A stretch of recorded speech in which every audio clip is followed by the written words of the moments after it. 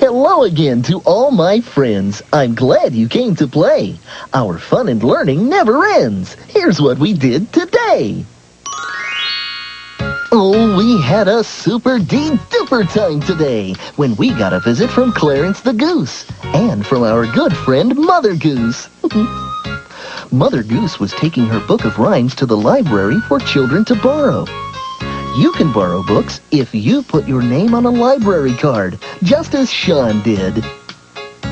We tried to bring Clarence back by telling lots of Mother Goose rhymes, like to market, and Humpty Dumpty.